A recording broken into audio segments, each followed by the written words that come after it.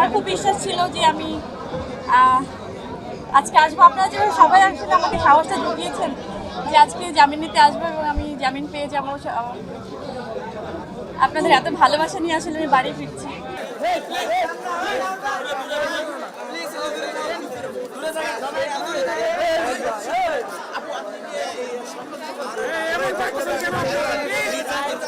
আপনাদের ভালোবাসা যেভাবে আমি কালকে থেকে যেভাবে আপনারা ভালোবাসা জানান দিয়েছেন আমাকে, এই ভালোবাসার প্রতি আমি আসলে সারা জীবন কৃতজ্ঞ।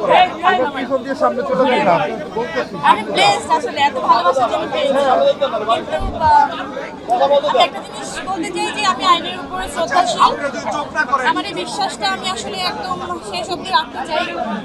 আমি বিশ্বাস করি আমি আসলে ন্যায় বিচার পাবো, আর আপনারা আমার সাথে থাকবেন। এই ভালোবাসা নিয়েই আসলে আমি জিততে চাই ইনশাআল্লাহ। একই ঘটনায় আপনি একটি মামলা করেছিলেন, সেটি চলমান আছে।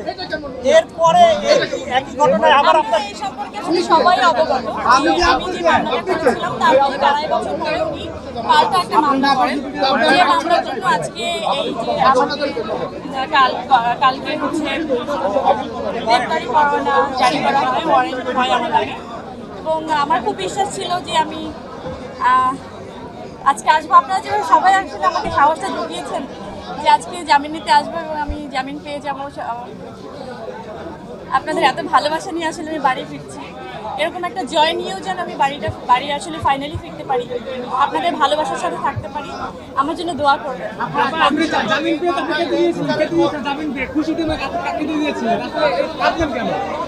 খুশিতে কেঁদে দিয়েছিলাম। সেই কান্নাটা, সেই খুশির কান্নাটা আর একটু পরে হবে, যখন পুরোপুরি ফাইনাল হয় না ওই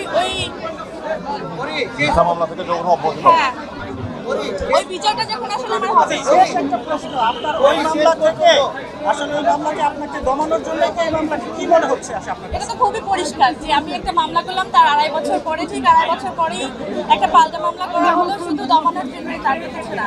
এবং এটা বিচারাধীন। আমার বিশ্বাস যে আমি সঠিক বিচার পাবো, আমি ন্যায় বিচার পাবো। আমি কিন্তু দাঁড়ে দাঁড়ে ঘুরেই, আপনারা সবাই জানেন 4টা বছর আগের ঘটনা। আমি দাঁড়ে দাঁড়ে ঘুরে শেষ পর্যন্ত আদালতকেই আসলে আমার মনে হয়েছে যে আমি এখান থেকে ন্যায় বিচার পাবো। আমি এখান থেকে আশাহত চাই না, মানে আশাহত হতে চাই না। আমি সত্যি আশা হারাতে চাই না। আমার একদম বিশ্বাস থাকতে চাই যে শেষ পর্যন্ত সত্যের জয় হোক।